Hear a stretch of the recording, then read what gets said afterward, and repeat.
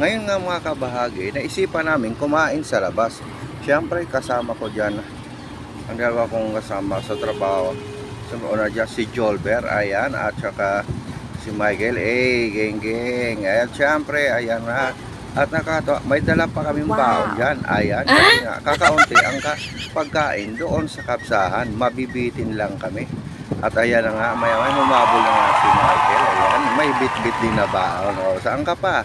Takot talaga kami magutom. Ayan, at syempre, at ito na nga guys, kami sa restaurant, nag-order na kami isang bull manok. At ayan, tingnan nyo naman guys, yung mga isang katerbang kanin na yan. At syempre, mabibitin pa kami. At ayun, titingnan mo naman guys, ayun yung aming extra rice. Para hindi ka mabibitin. Ayan, ngasab na ngasab. Ayan, binuhos na nga ni Michael. At saka ayan, tingnan mo naman, pumitas na nga ng mga fried chicken yan.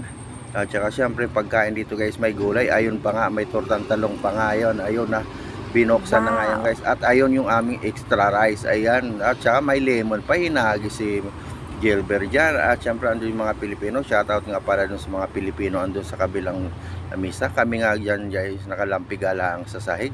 At saka ito na nga, sige, ngasab namin yan. At tinikman na nga dyan ni Gilbert, pinigaan. At iyon na nga guys, kaunti na lang yung aming kanin. At syempre, ngasab dyan si Michael. Masarap geng.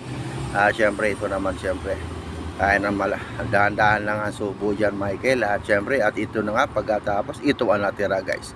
Yan, kakaunti na lang. At syempre si Jolbera na iwan namin. Ay, sarap na nga, sa sobrang kabusugan ni Michael. Ayun, sumandal na nga. At saka syempre ito, ayan na guys, limas. Yun lang, bye bye, thank you for watching.